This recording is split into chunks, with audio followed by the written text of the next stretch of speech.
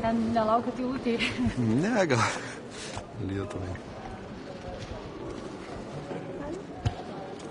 Viceministrė, pirmiausia, šiandienos darbotvarkė, kokius jūs tuos pagrindinius klausimus matot, kalbant apie Ukrainą ir Rusiją?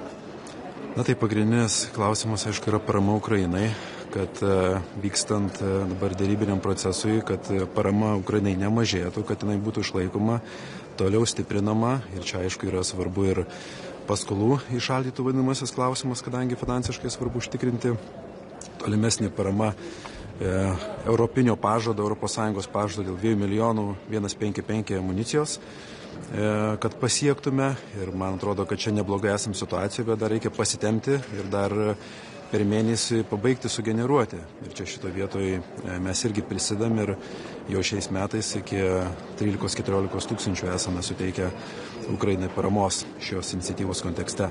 Ir aišku, tolesnės diskusijos dėl ES misijos, mokymo misijos Ukrainoje, dėl jos tam tikro restruktūrizavimo, veiksmingumo, kadangi jinai sėkminga, tai svarbu toliau tęsti. Mes žinome, kiek ilgai apskritai ES užtrunka visi klausimai svarstyti. Dabartinis kontekstas, kuriame ir susitinkama, tos taikos galimos dėrybos, kai yra suintensyvėjimas. Ar jūs jaučiate, kad Europos partneriai irgi labiau skuba, ar kad ir apie tą pačią paramą, pagalbą, įšaldyto turto panaudojimą kaip tik, sako, gal biškį luktelkim, pažiūrėkim, kuo baigsis? Tai nėra lengvos diskusijos, kaip žinome, tačiau visi suprantame, kad Ukrainai labai svarbi ta finansinė parama, kadangi per metus reikia didžiulio paketo finansinio iki 130-140 milijardų, tai čia akivaizdus, kad toksai labai stiprus finansinis šaltinis, kurį būtų galima čia ir dabar išnaudoti. Nes šalys jos prisideda, tačiau tokius resursus ir taip greitai surasti nėra taip paprasta. Tai kaip žinia, yra ir instrumentai europiniai, kuriuos irgi šiandien diskutuosime. Tai yra vadinamasis seifo mechanizmas, kuriame ir Lietuva prašo paskolų, ir čia irgi vertinamos yra galimybės ir šalis tos, kurios dalyvauja, kaip galėtų prisidėti prie Ukrainos. Taipogi ir tas vadinamasis EDIPas, kuri yra Europos gynybos pramonės programa dar iki daugiametės finansinės perspektyvos. Ir čia irgi dalis Ukrainai. Tai yra dar šie instrumentai, kur irgi taipogi ES šalims labai svarbu matyti irgi išnaudoti ir padėti Ukrainai. Kalbant apie SAFE programą, vakar berods buvo terminas, kada šalis turi pateikti savo tuos projektus. Ką Lietuva pateikė, už kiek? Tai mes pateikėme už maksimalę sumą, kokią mums buvo suteiktos lubos, 6,375 milijardo eurų, ir mes esame pateikę projektus, apie 50 projektų, kurie turėtų būti finansuojami. Ir dalis, aišku, bus nacionališkai, kadangi nacionalinė išimtis dar galioja iki kitų metų gegužės mėnesio pabaigos. Ir taipogi, aišku, tarptautiniai projektai, bendradarbiavimas, kadangi irgi čia seifo vienas iš tokių tikslų, kad irgi paremti europinę gynybos pramonę. Tai mūsų esam pateikę, toliau dirbsim, kadangi dabar prasidės irgi Europos komisijos vertinimas ir toliau žygiuos į tarybos sprendimus, ir tada, kada ateisime iki pavasario mėnesio, kada bus galima tikėtis jau tų vadinamų tokių avansinių mokėjimų, kadangi didžioji dalis pačio finansavimo bus jau kitų metų antroje pusėje. Bet tie mūsų projektai, suprantu, kad gal ir negali detaliai jų atskleisti, bet jie orientuoti į technikos įsigijimus, į dvigubo paskirtį. Būtent, tai yra vis tiek mes labiausiai orientuojamės į mūsų divizijos, nacionalinės divizijos plėtrą, ir patys stambiausi kontraktai, jokia čia paslaptis, kaip ir tankų kontraktas ar vikšrinių pėstininkų kovos mašinų. Tai čia yra milijardiniai kontraktai, kurie tikrai patenka į seifo lėšas ir čia turės būti finansuojami. Taipogi ir kiti dalykai, kaip oro gynybos sistemos arba dronai, antidroninės sistemos, taipogi labai svarbu amunicija, kadangi puikiai suprantame, kad mes galime tas platformas ir įsigysime platformas, bet labai svarbu bus amunicija įvairaus kalibro. Tiek mūsų įsigijamoms mašinoms, tiek tankams, tiek pėstininkų kovos mašinoms, bet taipogi ir kitiems dalykams, ir prieštankinės kovos sistemom ir taip toliau. Viceministrė, vakar vėl vakare buvo sustabdyta Vilniaus oro uosto veikla ir tai jau dabar būna spėliojama, ar šiandien bus uždaryta ar nebus uždaryta. Girdėjome premjerę sakant, kad balionai skrido ir greičiausiai skris. Ar mes taip ir turime visi tai žiūrėti, ar yra kažkokios priemonės, kurių dar galima imtis, kad jie visgi neskristų? Tai šiandieną irgi taipogi mes kelsime kaip atskirą klausimą dėl šitos situacijos. Ir mūsų bus viena iš linijų, kad mes prašysime tam tikrų inovatyvių sprendimų, kadangi puikiai suprantame, kad tai nėra toks technologiškai paprastas klausimas, tarkime, nuleidimas šitų balionų ir mes darbuojamės kartu ir Lietuvos verslas, ir įvairios kompanijos, ir taipogi Lietuvos kariuomenė dirbame, kad pasižiūrėti, kokie čia galimi tie sprendimai. Tai tas testavimas jisai vyksta nuolat, tačiau, kaip minėjau, dabar tokių stebuklingų sprendimų čia ir dabar kol kas nėra, bet aktyviai ties to dirbame. Tai, kaip minėjau, šiandieną kelsime tą klausimą dėl inovatyvių sprendimų. Kitas dalykas tikrai bus dėl politinio spaudimo, solidarumo tokio iš ES pusės, kad mes irgi spaustumėm Baltarusijos pusę. Ir taipogi, aišku, yra ir sankcijų klausimas, kuris čia jau daugiau yra per užsienio reikalų ministerijos paseinantis. Kokios yra tos inovatyvios galimos priemonės? Mes suprantame, kad mūsų turbūt tikslas ir ypatingai iš krašto apsaugos sistemos žiūrint, kad pabandyti visų pirma nuleisti tuos balionus. Ir čia suprantama, kad techniškai yra gana didžiulis iššūkis, kadangi tie balionai pakyla labai aukštai ir jų numušimas yra techniškai sudėtingas tokiam aukštyje ir ypatingai dabartiniam dar sąlygom oro, kada vyksta apledėjimai ir taip toliau. Tai bandome ir vertiname visokius sprendimus ir pasitelkėme taipogi ir partnerių paramą ir vertiname, ką gali pasiūlyti ir mūsų artimiausi sąjungininkai. O mes apie kokį čia laiko rėžį kalbame? Po poros savaičių, po mėnesio, po pusmečio gali būti bandomi jau tie technologiniai sprendimai? Ne, tai jie vyksta ir dabar. Mes ir dabar tai bandome. Ir, kaip pasakyti, tai yra kiekvieną dieną vykstantis darbas ir tai vyks tol, kol mes surasime tuos sprendimus. Kadangi tokia situacija yra, kad nėra dabar pasaulyje galbūt tokių, tos vadinamosios tokio magiško sprendimo, kad kaip čia juos nuleisti čia ir dabar, nes yra tam tikrų irgi rizikų. Tai mūsų siekis surasti kuo greičiau tus sprendimus. Viceministrė, kadangi nepavyko rasti darbotvarkės, kodėl šiandien jūs, o ne ministras? Tai kaip žinote, tragiškai žuvo belgų karys ir ministras pasiliko Lietuvoje iš tikrųjų padėti, irgi išreikšti ir solidarumą ir visaip kaip paremti Belgijos karius ir kario šeimą, artimuosių situaciją ir padėti visaip kaip, kad tikrai išreiškiant tą solidarumą ir padėką mūsų belgų sąjungininkams ir tą irgi šiandien taipogi išreikšime čia ir Briuselyje. Ačiū. Can I ask you one question, please? In the American plan for Ukraine, which points in this plan you think it's negotiable? It's something you can build on? Our position is that we have to achieve long-lasting and just peace, and let's say elements which may tend and which may think or allow to think us that would not, bring into that long-lasting and just peace. So that would be, contradictory to the possible this let's say agreement. So let's see how it goes. But in the end, it is very important that Ukraine stands strong, that we maintain a strong support for Ukraine.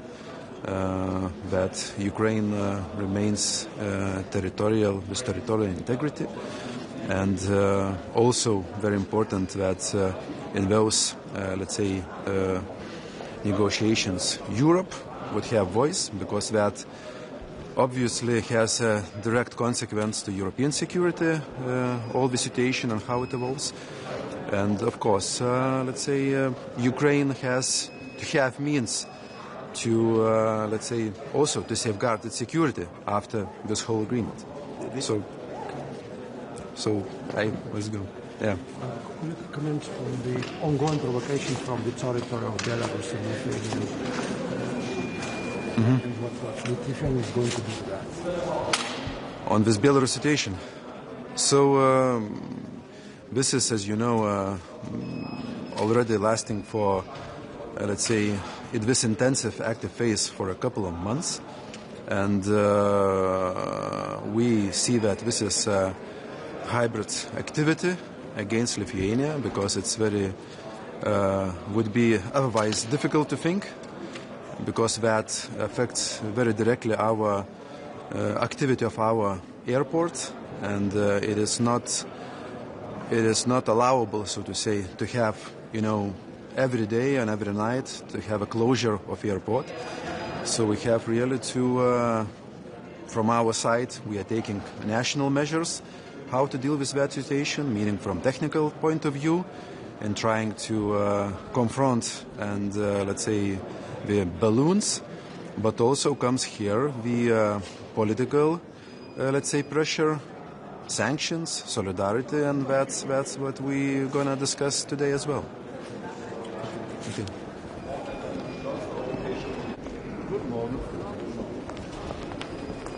Guten Morgen. Beim heutigen Rat für Auswärtige Beziehungen haben wir insbesondere 2 Punkte als Kernthemen auf unserer Agenda. Wie wir die Ukraine sowohl national, aber auch vor allen Dingen als Europäerinnen und Europäer bestmöglich auf allen Feldern unterstützen können. Und das Zweite, was unsere europäische Verteidigungsfähigkeit angeht, was Beschaffung und gemeinsames Tun angeht, wie wir das voranbringen und ausbauen können. Lassen Sie mich mit der Herausforderung Ukraine, der internationalen Verhandlungen und der bestmöglichen Unterstützung beginnen. Wir sehen keinerlei Verhandlungsbereitschaft Russlands. Es werden die Angriffe intensiviert auf zivile Infrastrukturen, auf Energieinfrastrukturen und weiterhin ein brutaler Angriffskrieg gegen die Ukraine geführt. Das bedeutet gleichzeitig, dass wir alles dafür tun müssen, dass die Ukraine ihre Luftverteidigung weiter ausbauen kann, dass wir dafür sorgen, dass Munition zur Verfügung steht. Und es ist ein starkes Signal, das wir gerade aus Deutschland senden, dass wir noch einmal um 3 Milliarden Euro die Unterstützungsleistung für die Ukraine auf jetzt 11,5 Milliarden Euro dank des deutschen Haushaltsgesetzgebers ausweiten konnten. Die Ukraine kann sich auf Deutschland, kann sich auf Europa verlassen. Deswegen ist es auch gut, dass die EU-Kommission nun bei Reparationsdarlehen entsprechende Strukturen schafft und das auch unter Einbeziehung entsprechender eingefrorener russischer Gelder. Wir werden darüber hinaus heute auch über die europäische Verteidigungsbereitschaft und die Fähigkeiten sprechen und verhandeln. Das bedeutet, mehr Kapazitäten aufzubauen und auch entsprechend auszulasten. Wir wollen gemeinsam mehr beschaffen, wir wollen schneller beschaffen und wir wollen uns auf die Zukunftsfelder konzentrieren. Das Geld, das wir hier gemeinsam investieren, bedeutet, dass wir mehr für das vorhandene und gemeinsame Geld auch erreichen können. Die EDA, die European Defence Agency, ist ein ganz wesentlicher Schritt, dass hier auch Fähigkeiten der Mitgliedstaaten zusammengetan werden können. Deutschland geht mit der Beschaffung voran. Wir nutzen hier auch die Möglichkeiten. Und der Bundestag hat ein ganz starkes Signal gesetzt. Mit 108 Milliarden Euro geben wir so viel für Verteidigung aus wie nie zuvor. Es ist eine Verdreifachung, wenn wir die letzten Jahre betrachten. Und auch das ist sehr stark. Damit lasten wir vorhandene Industriekapazitäten aus und sorgen auch dafür, dass ein entsprechender Aufwuchs an entsprechenden Fähigkeiten existiert. Die deutsche Industrie, die europäische Industrie wissen, wir werden unsere Investitionen tätigen als europäische Mitgliedstaaten und als Deutschland. Wir tun das aber auch gemeinsam. Ein solches Beispiel der gemeinsamen Beschaffung, des gemeinsamen Vorgehens ist Military Mobility. Das ist auch für unsere Abschreckungsfähigkeit von entscheidender Bedeutung, dass wir in der Lage sind, quer durch Europa Truppen zu verlagern und auch entsprechendes Material. Deutschland tut das mit Partnern gemeinsam. Wir werden schneller von den Niederlanden auch durch Deutschland nach Polen an die Nord- und Nordostflanke verlagern können. Meine Damen und Herren, es geht darum, Europa gemeinsam stark aufzustellen, um jeden Aggressor abschrecken zu können. Es ist ein voller Tag, wir haben eine Menge zu tun. Es geht darum, die Ukraine zu unterstützen und auf der anderen Seite auch klarzumachen, Europa tut all das, was wir für unsere Verteidigungsfähigkeit tun können, was gemeinsam getan werden kann. Was können die Europäer tun, damit die Ukraine auch am Verhandlungstisch gestärkt verhandelt wird? Wir müssen die Ukraine weiter in eine Position der Stärke bringen. Das heißt, dass sie sich einerseits verteidigen kann. Dafür sind die Munitionsinitiativen ganz entscheidend, aber auch die finanziellen Weichenstellungen, die wir tun. Darüber hinaus haben wir eine geschlossene europäische Position, die ganz klar sagt, keine Entscheidung über die Ukraine, ohne dass die Ukraine am Tisch sitzt, dass sie entscheidet über ihre territoriale Souveränität. Wir brauchen dazu eine geschlossene europäische Position, weil es geht auch um unsere europäische Sicherheitsarchitektur und eine NATO-Struktur in Europa. Und der dritte und entscheidende Punkt, was die Souveränität der Ukraine angeht, bedeutet es auch, eine starke ukrainische Armee zu haben, die in der Lage ist, sich selbst zu verteidigen. Und das bedeutet, dass die Ukraine ein souveräner Staat ist.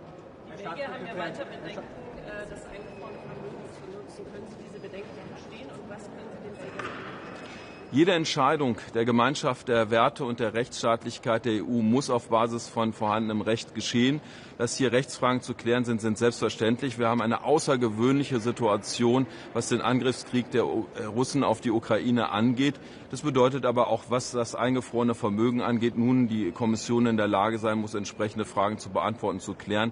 Wir sagen aber deutlich, all das, was möglich ist, muss auch genutzt werden. Herr Staatspräsident, sind die Europäer alleine in der Lage, ohne Amerikaner die Ukraine so zu unterstützen, dass sie den Abwehrkampf gegen Russland bestehen kann? Wir stehen gemeinsam für einen Frieden, der in der Ukraine geschaffen wird. Selbstverständlich kann das nur aus einer Position der Stärke gelingen. Wir haben Mechanismen mit den Amerikanern gefunden, von dem Pearl-Mechanismus angefangen, dass auch amerikanische Rüstungsgüter schnell und zügig kommen können. Was unsere Luftverteidigung angeht, unterstützen uns die Amerikaner, was Ringtäusche und andere Möglichkeiten angeht. All das zeigt auf, dass wir gemeinsam alles dafür tun, die Ukraine zu verteidigen. Und es ist gut, dass wir jetzt mit der Unterstützung der USA in eine Position kommen, auch Russland an den Verhandlungstisch zu bringen. Es geht auch darum, dass Russland jetzt beweisen muss, ob es überhaupt verhandeln will. Danke. Mal ganz kurz zum Reparationsdarlehen. Good morning, Liana Gatere, Vice Defense Minister from Latvia. We will be discussing military support to Ukraine today, and Europe really must remain steadfast and scale up their military support. Latvia has contributed already 0.3% from our GDP this year to military support to Ukraine, and we have made the decision to contribute at least 0.25% next year. And we're looking for other opportunities like safe mechanism to even enhance our support. So we invite other European countries to really step up and do the same. Ukraine is a victim of unprovoked war, and of course we support all efforts for peace in Ukraine. But any resolution must be led and must be determined by Ukraine, and any agreement must be just and fair to Ukraine. Russia is constantly violating our airspace of European Union. They are posing threats to our critical underwater infrastructure in the Baltic Sea. So Europe really must limit Russia's access to financing and must take rapid action towards limiting Russia's shadow fleet and their illegal maritime activities. Together with Lithuania, Estonia, Poland, we are building the Baltic Defense Line. It's a coordinated effort and action by European Union, NATO and member countries to reinforce our eastern border. And as a next step, we are preparing Eastern Flank Watch proposal to deliver on priority areas, especially priority capabilities, especially drones and anti-drone systems. So we are inviting other EU countries to support our initiative. This is a very important project for our region, for Latvia and the Baltic countries, Finland and Poland, but this is not just a regional project. This will make whole of Europe more secure. Thank you very much. What can the Europeans do to What will stop Russia from attacking Ukraine again? Well, we really, as I said, we really support the efforts. And we really hope that, the peace can be achieved whenever it is, but it must be on Ukraine's terms. What can Europeans do to strengthen Ukraine's position at the negotiating table for peace? I think we have already done a lot, and we must continue to support Ukraine. And I think very important is this to enhance this military support. Ukraine really needs it, and that's another step that we can do, and we must do that. Thank you. How can you convince your Belgian colleague that they will treat those frozen? Yes, we will have a meeting today, so we will discuss that, and it's really important that we all agree on the frozen assets. Thank you.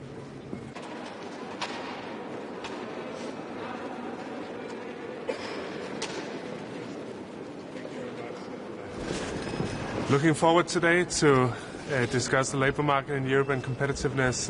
We have, first of all, two general approaches that we are attempting to reach on the CMR directive and also on the European Globalization Fund. We think it's of utmost importance that we have safety at work in Europe and that all European workers are able to come to work without being exposed to chemicals and other dangerous substances. On the other hand, we look forward to discussing regulation and possibility to make a stronger and more competitive Europe, both in terms of skill improvement for workers, but also in simplification and digitalization of the European infrastructure. And then, of course, we'd like to discuss the mobility of workers and how we make a mobility across nations, but also in a fair way where all workers are treated fairly and are paid in conditions that we can be proud of as a European continent. So, looking forward to today's discussion and hope that we'll reach some important conclusions. Any questions? On what stage are security guarantees? Sorry? On what stage are security guarantees for Ukraine? This is for employment. Yeah. So Sorry. it's a different question. Rani? Anh kommer væk lidt med dig, eller mest ting, så har du noget, du gerne vil sige til dine kolleger i dag? Nej, jeg tror ikke, der er noget sådan specifikt. Jeg har set frem til andet end bare at komme ind og være med til også at afslutte nogle af de her vigtige diskussioner. Jeg synes, det er afgørende at sørge for, at man kan komme på arbejde sikkert i Europa og have et liv, hvor man ikke skal være bange for at blive udsat for kemikalier eller andre ting. Hvad for nogle af de ting, der er på dagsordenen i dag, synes du, der har størst betydning for Danmark og for danske arbejdstagere? Arbejdsmobilitet er klart det, som betyder mest, og det er det, som jeg tror også i Danmark, at vi er meget opmærksom på at sikre, at vi har et system, hvor europæiske arbejdstagere selvfølgelig kan komme, men hvor der ikke bliver lukket ind fra resten af verden gennem andre europæiske lande. Tusind tak. Tak. Good morning. Good morning, everybody. We are, of course, excited to be back in Brussels again. Today's agenda, I think, by far the most important thing is the continued support for Ukraine.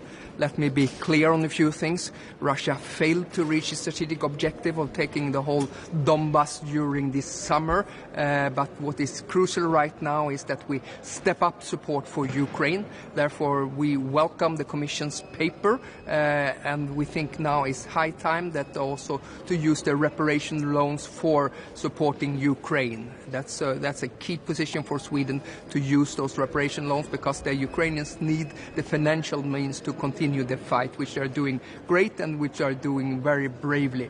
The second point I want to make clear as well is it has to be the Ukrainians who define how the reparation loans are used. This is absolutely crucial. No one knows the Ukrainian needs better than the Ukrainians themselves. The Swedish position in all of this is also very clear. The road to peace in Ukraine goes by stepping up more sanctions on Russia and stepping up also more support to Ukraine. So Sweden is one of the few countries who actually increased our support to Ukraine for every year that this horrible war has been going on. All with intents and purposes that the Ukrainians should be able to negotiate from a position of strength. This is absolutely crucial. Last point as well, I just want to outline, Sweden also welcomed the initiative on military mobility that was launched. We think that is very good.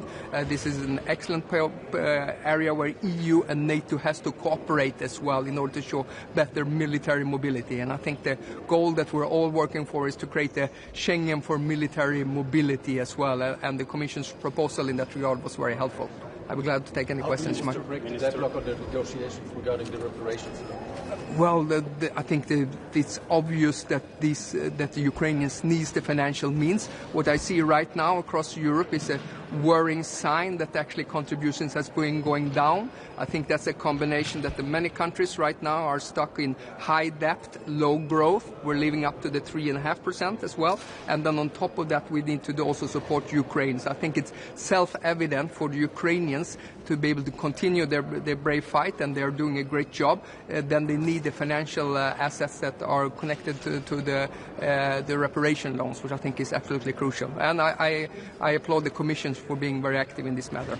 Minister, are you still concerned that the Europeans are still not at the negotiating table with the United States and Russia regarding this deal in Ukraine? Yeah, nothing about the Europeans without the Europeans, and we of course are going to have a central role in the rebuilding of Ukraine as well. So the more we are involved, the better of a peace agreement we can achieve. So our involvement is absolutely crucial. That is, I think, goes without saying. Do you trust the Americans that they will find a good solution? Well, we are hopeful for that, and we are, of course, in very close dialogue with the Ukrainian side. I'm meeting Denis Shamal as well during this meeting as well, and our position is help the Ukrainians to negotiate from a position of strength and stepping up support to Ukraine. As I said, we have provide a long-term financial framework for the Ukrainians, so they know they're going to receiving bilateral support for Sweden, close to 4 billion annually for the next couple of years. Yes, but what about security guarantees for Ukraine? What's on the table for now? Well, that's part of the coalition of the willing work as well, and as we have outlined, we think it's very important that it comes to that, and that's of course active after either an armistice or a peace agreement. It's that should be part of the bargain as well, and we think it's very important also with an American engagement. It is being it a backstop or over the horizon or whatever. So we think that is of course crucial to have security guarantees for the Ukrainians to know as well that it will be a fair and durable and sustainable peace as well, and it be a peace that awards the Ukrainians and not the Russian side. Les? Okay, thank you. God morgon. Om stödet till Ukraina. Det går ju ganska trögt än så länge när det gäller de frysta ryska tillgångarna och belgarna säger fortfarande nej. Hur orolig är du? Det är oerhört viktigt att vi kan använda de frysta ryska tillgångarna. Ryssland har ändå inte varit framgångsrik i det här fruktansvärda kriget. Man misslyckades med att ta hela Donbass under sommaroffensiven. Men vi vet att ukrainarna behöver de finansiella musklerna för att kunna fortsätta kriget under våren. Därför är de frysta ryska tillgångarna helt centrala i detta, och jag välkomnar nu att kommissionen driver på det här arbetet. Belgarna menar ju att det här kan vara en del av, de här pengarna kan vara en del av en fredsuppgörelse. Och det såg vi också i det första utkastet till fredsplan för amerikanerna. Vad säger du om deras argument? Då vill ju EU använda de pengarna, liksom blåsa fast dem. Ja, men det som är avgörande nu är att Ukraina ska kunna då förhandla från en styrkeposition, och det är därför som vi då ökar vårt bilaterala stöd till Ukraina på det militära området. Det är också därför som vi vill öka trycket på Ryssland genom att öka sanktionerna, men det är också därför som vi tycker att det är rimligt att de frysta ryska tillgångarna också kan tillfallas Ukraina. Och det här är ju en reparationslån och handlar ju om att Ryssland måste åläggas att betala krigsskadestånd. En annan fråga, det höjs en del röster om att NATO-länder borde vara mer offensiva när det gäller att svara på ryska hybridattacker. Håller du med om det? Till del arbetar ju Sverige med detta. Vi har ju då det som heter en begränsningspolitik mot Ryssland, där vi både vill öka sanktionerna, vi vill öka aktiviteterna mot skuggflottan, vi vill öka Ukraina-stödet, och vi stöder att NATO är väldigt aktivt när det kommer till avskräckning och försvar. Så Sverige är ju ett av de ledande länderna i det avseendet. Men är det, om man pratar om att man inte längre ska vara reaktiv utan kanske mer proaktiv, vad skulle man kunna göra? Pratar vi om liksom koordinerade cyberangrepp mot Ryssland från NATO-sidan till exempel? Jag kommenterar inte exakt hur vi agerar i de här avseendena. Det jag kan säga är att det handlar till del om att bygga upp en större motståndskraft naturligtvis mot olika typer av hybridoperationer. Då har vi ju sett att Ryssland nu kraftfullt har ökat under de sista åren med att ta större politiska och militära risker kring det. Och det andra är ju naturligtvis att stötta Ukraina. Det är det bästa motverkanspolitiken gentemot Ryssland också. Och sen så handlar det om att så återigen då kunna och inte bara bara absorbera utan också kunna svara och attribuera, inte minst för att kunna identifiera när Ryssland gör olika saker. Sverige har gjort det till exempel att vi har sagt klart och tydligt när vi har kunnat identifiera att Ryssland har gjort ett intrång på allierad luftterritorium, så har vi pekat ut när Ryssland har gjort det om det. Vi vet att det har varit medvetet, som till exempel var fallet med Polen.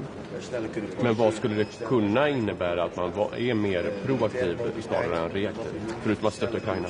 Ja, vid sidan av stötta Ukraina så öka sanktioner, öka aktiviteterna mot skuggflottan naturligtvis för att trycka tillbaka det ryska agerandet. Det är ju några av de sätten som vi agerar på det naturligtvis. Och det finns ju naturligtvis inom EU solidaritetsmekanismer kopplat till cybersäkerhet och så vidare. Hela de senaste åren har det varit mycket snack om det här med EU och NATO, vem som gör vad på försvarssidan och sånt. EU kom nyligen med ett nytt mobilitetspaket. Hur ser du på de här grejerna? Är det någorlunda utrett vem som gör vad nu? Det sker vissa framsteg i det avseendet och då är det ju grundslaget för det är ju att när det kommer till de militära behoven och till försvarsplanering så är det ett ansvar för NATO, men när det kommer till finansiering, när det kommer till gemensamma upphandlingar och när det kommer till att stärka den europeiska försvarsindustriella basen så kan EU ha en helt central roll i detta. Så jag tycker att det rör sig åt rätt riktning. Militär mobilitet är ett typexempel där det finns både juridiska, administrativa och tekniska hinder som ligger på EU-nivå. Det finns militär planering på NATO-området som måste synkroniseras och det finns finansiering inom både EU och NATO för att stärka militär rörlighet. Det kan handla om investeringar i hamnar, i järnvägar eller i vägar till exempel. Träffa Ukrainas försvarsminister idag agenda. Vi kommer att diskutera vilka omedelbara militära behov som Ukraina har. Vi arbetar nu på ett kommande stödpaket till Ukraina och som alltid så formar ju de i väldigt nära dialog med Ukraina. Så det är ju inte de centrala punkterna, men också vad vi kan göra på EU-nivå för att skapa så goda förutsättningar för möjligt för att Ukraina då ska kunna förhandla från en styrkeposition. Att det pågår någon form av fredsförhandlingar, även om jag riktigt vet riktigt med vem och på vilket sätt. Det är oroligt det så att säga medför att vissa länder drar åt sig, avvaktar med nytt stöd till exempel för att man vill se vart det här tar vägen. Den tendens vi har sett under hösten är oroande. Det vi har sett att det är många länder nu som sitter i kläm mellan låg tillväxt, hög skuldsättning och man ska också leva upp till de här 3,5% inom NATO och ovanpå detta också då kunna stötta Ukraina. Så att den trenden behöver brytas och fler måste göra mer bilateralt, men vi tycker också att det är därför dags att använda de immobiliserade ryska fonderna också för att kunna finansiera Ukraina. Så att vi vet att någon gång på våren så kommer Ukraina att få rätt så allvarliga finansiella problem.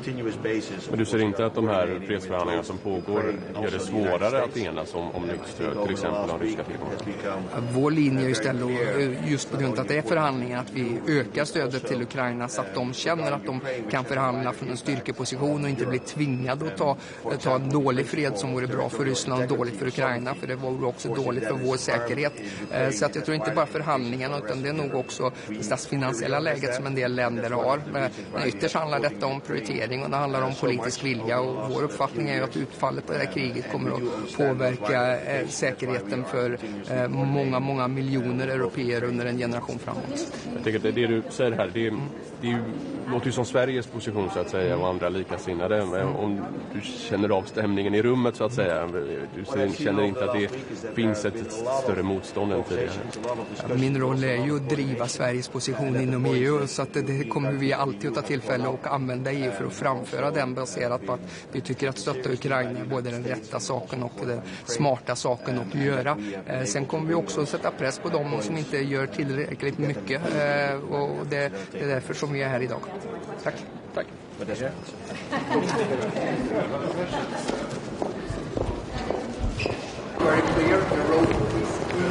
Goedemorgen. Hi. Ja, nieuwe steun voor Oekraïne vandaag. Kunt u daar iets meer over vertellen? Ja, we gaan natuurlijk vandaag over Oekraïne spreken. Er speelt veel op diplomatiek front. Maar aan de andere kant gaan de luchtaanvallen massaal door. Elke dag weer opnieuw. En daarom dat ik vandaag een nieuw steunpakket aankondig van 250 miljoen. Dat zullen we doen via Pearl. het initiatief om uit Amerikaanse voorraad te kunnen leveren. En dat is met name omdat het de enige manier is om in een hele korte tijd meer munitie voor luchtverdediging die kant op te krijgen. En ook munitie voor F-16's die Oekraïne heel hard nodig heeft. En daarnaast ook allerlei ander materieel uit Amerikaanse voorraad. Dus een belangrijke stap om ervoor te zorgen dat Oekraïne zichzelf beter kan verdedigen in deze hele zware winter. U gaat dat Pearl-initiatief met pledges, dus 250 miljoen is nog niet genoeg voor een volledige. Heeft u al zicht op steun ook van andere landen om echt te zorgen ook dat er voldoende geld is om snel die leveringen waar te maken? Ja, er zijn meerdere landen die ofwel wel eerder wat hebben toegezegd wat we samen tot een pakket kunnen vormen. En ook andere landen die dit overwegen om ook in deze dagen om aankondigingen te doen. Dus we zijn nog met elkaar aan het puzzelen om tot volledige pakketten te komen. Het is met name de NAVO die dat coördineert. Maar er zijn meer landen die daar voornemens zijn om dat te doen. Bent u ook tevreden over de snelheid waarmee die pakketten naar Oekraïne gaan? Omdat we hebben eerder, geloof ik, zelfs de shutdown in Amerika heeft de boel, geloof ik, wat vertraagd. Ik kan in ieder geval spreken over het eerste pakket dat wij destijds hebben gefinancierd. En dat was vlak na de zomer. En dat heeft toen tot hele snelle leveringen geleid. Echt binnen een paar weken datgene wat was afgesproken ook daadwerkelijk is geleverd. Dus onze ervaring daarmee is heel positief. En ik heb van mijn collega's ook gehoord dat dat voor hen ook hetzelfde geldt. Er is geen enkele andere manier om dat type munitie en die type wapensysteem die Oekraïne heel hard nodig heeft, om die zo snel naar Oekraïne te brengen. Nog een laatste vraag. Sommige Nederlanders zullen het misschien wat verwarrend vinden. Hè? Er zijn gesprekken over vrede. En dan denk je van, dan gaat Nederland weer wapens naar Oekraïne sturen. Kunt u eens uitleggen waarom dat volgens u nodig is? De premier zei er vorige week ook al over van, het is een moment niet om af te wachten. Maar hoe kan het Oekraïne ook helpen aan die onderhandelingstafel? Eigenlijk vanwege twee redenen. Allereerst dat Rusland, terwijl ze aan tafel zitten, maar dagelijks doorgaan met terreur. En dat het hun tactiek en strategie is om de wil van de Oekraïnse bevolking te breken. Zij willen eigenlijk dat deze winter voor Oekraïne ondraaglijk wordt. Dus dat ze geen elektriciteit hebben, geen warmte, dat alle systemen worden uitgeschakeld. Ja, en als we Oekraïne die winter willen doorhelpen, dan hebben ze ook heel acuut die steun nodig. En tweede, als Rusland het gevoel heeft van wij hebben de overhand en wij kunnen Oekraïne pijn doen, dan zijn ze ook minder geneigd om concessies te doen aan de onderhandelingstafel. Terwijl als zij weten dat Oekraïne op een solide steun kan rekenen, zowel nu acuut als richting de toekomst, dan geeft dat ook meer aanleiding voor Rusland om aan de onderhandelingstafel wat meer compromissen te sluiten. Dus het is zowel goed in het dagelijks leven dat Oekraïners nu hebben en hoe zwaar dat is, als om de onderhandelingspositie van Oekraïne te versterken. De EU, is die nu al op een of andere manier betrokken bij de vredesonderhandelingen? Of staat de EU/Nederland nog steeds aan de zijlijn? Volgens mij heb je de afgelopen week gezien dat Europa volop meepraat. Er zijn overleggen geweest met de Amerikanen, met de Oekraïners, waar Europese landen ook hun punten hebben ingebracht die van groot belang zijn. We hebben ook veel duidelijk onderscheid gemaakt tussen de zaken waar Oekraïne over kan onderhandelen omdat het om Oekraïne gaat, de VS omdat het over de VS gaat, maar ook de dingen die echt Europa en de EU degene is die daarover moet spreken. Dus ik denk dat de afgelopen weken dat daar de juiste stappen in zijn gezet. We hebben gisteravond natuurlijk gezien dat in Miami dat weer verder gesproken wordt. En dat zal ook de komende weken weer continue diplomatieke inspanningen vragen om ervoor te zorgen dat als er verdere stappen worden gezet, dat die in de goede richting gaan. Continu ook terugkoppelingen, wat er bijvoorbeeld gisteren in Miami is besproken? Of hoopt u dat vandaag van Callas te horen? Ja, dat gaat via verschillende wegen. Soms hebben wij direct contact met de Amerikanen, soms loopt dat via een van de Europese partners. Dit soort overleggen zijn er ook voortdurend om ervoor te zorgen dat we elkaar goed op de hoogte brengen. Dat we ook met elkaar afspraken maken over wat zijn de prioriteiten en de belangrijke volgstappen. Ja, en dat vraagt om doorlopende coördinatie. Heb u hoop op een snelle vrede? Nou, ik heb vooral hoop ook op een robuuste en op een rechtvaardige vrede. Want het is heel makkelijk om tot een snelle oplossing te komen, namelijk wanneer je alles weggeeft. Nou, ik vind niet dat Oekraïne of Europa of de Verenigde Staten dat moet doen. Wij moeten heel scherp voor onszelf hebben wat is cruciaal voor niet alleen nu de veiligheid van Oekraïne en Europa, maar ook in de toekomst. Ja, en dat moet het uitgangspunt zijn voor de onderhandelingen. En ik denk dat daarnaast dat de druk op Rusland nog veel sterker omhoog moet. Het geldt zowel economisch, sancties, meer sancties handhaven, Rusland bijvoorbeeld de goede inzetten, als aan de militaire kant zorgen dat Oekraïne er sterk voor staat en dat zij in staat zijn om ook Rusland schade toe te brengen. Ja, als we dat doen, dan dwingen we Rusland hopelijk tot concessies. Ja. En nog één vraag over de omnibus defensie. Of readiness, hoe je het ook wil noemen. In ieder geval de investeringen die gebeuren moeten om materieel tijdig bijvoorbeeld naar de oostkant van Europa te krijgen. Dat troepen ook zonder lang te wachten hoeven bij de grenzen over de grens heen kunnen. Gaat dat u snel genoeg? Ja, ik wil het natuurlijk altijd dat het nog sneller gaat. Maar als ik zie wat deze commissie tot nu toe heeft voorgesteld, bijvoorbeeld als het gaat om deregulering, heb ik vanuit Nederland hebben we ook eerder een non-paper geschreven met andere landen, een heel groot punt van gemaakt. Nou, ik zie dat dat er goed in zit, zodat wij sneller kunnen produceren, maar ook sneller onze krijgsmacht kunnen opschalen. Militaire mobiliteit, wat u noemt, dat we sneller kunnen verplaatsen, zowel nu als in tijden van crisis. Defensieindustrie stimuleren. Ja, het zijn 3 hele belangrijke prioriteiten voor Nederland en daar worden goede voorstellen in gedaan. Ja, en nu is natuurlijk belangrijk, het voorstel van de commissie ligt er, maar dat het ook de hele Brusselse besluitvormingsmolen heel snel doorgaat. Want wij hebben het, ook in Nederland hebben we die deregulering, die militaire mobiliteit, het stimuleren van de defensieindustrie heel hard nodig. Minister, can I ask just a couple of questions in English? First of all, what more is the Netherlands planning to do to support Ukraine? And second, how concerned are you that the outcome of the negotiations going on at the moment with Ukraine will have a detrimental effect on the whole of European security, particularly if Russia is not punished or weakened as the result of any outcome, and instead you get a lot of business deals between Americans and Russians? Yeah, I just announced that we will contribute another 250 million in support to Ukraine through the Pearl Initiative. On a daily basis we see heavy air attacks in Ukraine. We see also the devastating impact on energy, but also on the daily life of Ukrainians.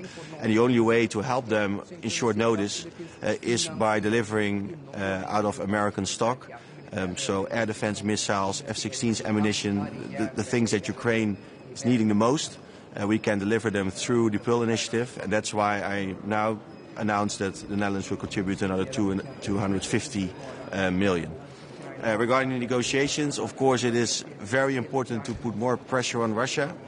For example, by using the frozen assets, but also by sanctions, better sanction enforcement, because the only way that we can get the concessions from Russia that we need is by increasing the pressure on them. And I think that is very important. I think what has been positive over the last week is that Europe has been able to have a seat at the table, also to bring up the points that are key to us, and that we are now also part of the diplomatic efforts that are taking place. But you don't have a seat in Miami, and there is a broader question of European security. I mean, how reassured are you when the Americans say things to do with the EU and NATO, those will be dealt with by the EU and NATO, but ultimately everything about the outcome of this war is going to affect European security, and you're not at the table for that? There are different mechanisms or different channels through which diplomatic efforts are taking place. We are on a continuous basis, of course, we are coordinating with both Ukraine and also the United States. I think over the last week it has become very clear what's not only important to the EU, but indeed also regarding Ukraine, which has a wider impact on Europe. For example, the principle of territorial integrity, of sovereignty. Of course, if that is harmed in Ukraine, it has wider implications for the rest of Europe. We fully realize that. That's one of the reasons why we have supporting Ukraine so much over the last few years. And we do understand those wider implications, and that's why we are continuously coordinating with both Ukraine and the United States. Minister, do you then think that European interests are being adequately represented by the U.S. side? I mean, are they taking your concerns into account? What I've seen over the last week is that there has been a lot of conversations, a lot of discussions, but also a lot of coordination, and that the points that European countries and the EU have brought up have also been taken seriously by the United States and also, of course, by Ukraine, and that we have been able to bring those points to get them included in the diplomatic efforts that are taking place. But that's my answer. Minister, last question. What do you think about other country? As I understood, if it's your first country which made second contribution to Pearl. Other country, how they work with this initiative from your point of view, and in general in NATO with this initiative, have you reached the point, the target, what maybe you had when it was started? So we as Netherlands, we were the first country to contribute to Pearl. We funded a full package of 500 million just after the summer. Also, of course, also to encourage others to do the same. And we have seen various countries also spending a significant amount on Pearl, Germany, Norway, Denmark and others. And now, at this point, we see that Ukraine is really urgently needing air defense missiles, F-16s, ammunition, and the only way to get that to Ukraine in short notice is through Pearl, and that's why we contribute another 250 million. And again, of course, we call on others to do the same, and we see other European countries also contributing significantly. And I also encourage the ones that are not doing enough to also follow suit, because it is key to Ukraine and it's key to European security. But you feel that it's covered this gap after USA stopped to send weapons, not for money? Do you feel that Pearl covered this gap now?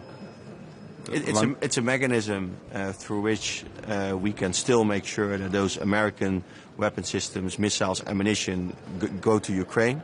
I think if you look overall, that European countries like the Netherlands are stepping up, but in total it's not enough, and that's why we need to use the frozen assets to make sure that Ukraine does not only get enough support now, but also in the upcoming years. Because if Putin feels that the support for Ukraine is diminishing and that he is gaining ground every day, then he will continue his aggression. And the only way to change his calculus is to make sure that there is both a solid but also a more longer-term support to Ukraine. We can do this on the one hand by bilateral support, but we also need frozen assets. Minister, on the plan for Ukraine, is there something negotiable? We heard a lot of stuff about the red lines of Europe about this American plan. Now you are more comfortable that Europe has a seat on the table. On this plan, what points you think it's okay? We can think about this stuff. Yeah, I'm not going to comment on that in detail because it is, of course, it's changing all the time. Negotiations are taking place on a daily basis. But for us, as Europe, we said the things that are relevant for Europe, for example, regarding the frozen assets, but also sanctions, EU membership, those are things that Europe needs to negotiate about. But of course, two things that are also key to us is the territorial integrity and the sovereignty of Ukraine. That's one, because it has wider implications for European security. And second, also the strength of the Ukrainian military. Because if Ukraine has a strong military, it's a strong deterrent towards Russia. And it also makes the entire European security system more stronger. So those are 2 points, of course, that are also very important to us. You have been discussing for a long time the security guarantees for Ukraine between the alliance. Is there any mature ideas now about this? Are you going to send troops on the ground? Is it more agreeable now, or it's something you will execute more and more? No, there has been a military plan has been developed already a few months ago, I think, which was quite solid. But of course, it also needs to be negotiated with Russia, and that has always been the most difficult part.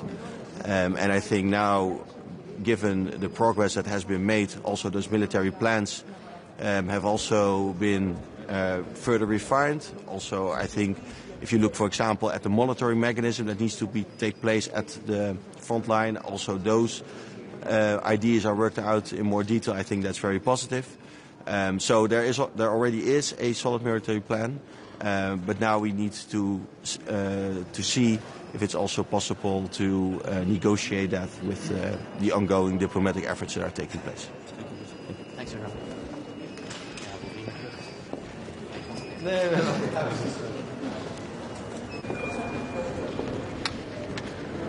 Good morning. Guten Morgen. Ich freue mich auf die EBSCO-Tagung heute mit meinen Amtskolleginnen und Amtskollegen. Es geht um Wettbewerbsbedingungen, es geht aber auch um sozialen Fortschritt und es geht um die Themen Digitalisierung und Bürokratisierung. Ein Fahrplan ist von der Vizepräsidentin der Kommission, meiner Kollegin Mizzato, vorgelegt worden. Und wir sind sehr gespannt auf die Diskussion. Es geht auch um den grenzüberschreitenden Arbeitnehmerzugang. Wir haben in Deutschland ja ein Beratungsnetzwerk, faire Mobilität, das wollen wir ausbauen und auch für andere Länder möglich machen. Und das wird hier ein Schwerpunkt auch meiner Arbeit sein. Dazu wird es mit Rumänien, mit meinem Amtskollegen, ein gemeinsames Arbeitsprogramm geben.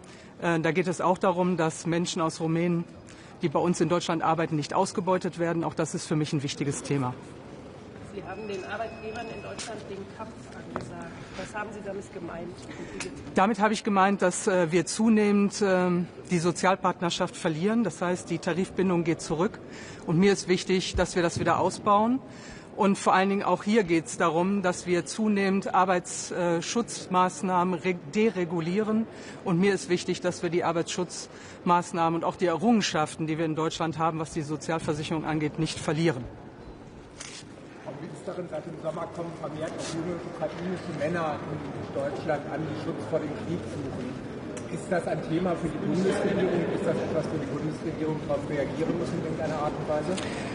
Also zum einen ist es natürlich eine Ursache der Gesetzgebung in der Ukraine, dass jetzt auch viele junge Menschen zu uns nach Deutschland kommen.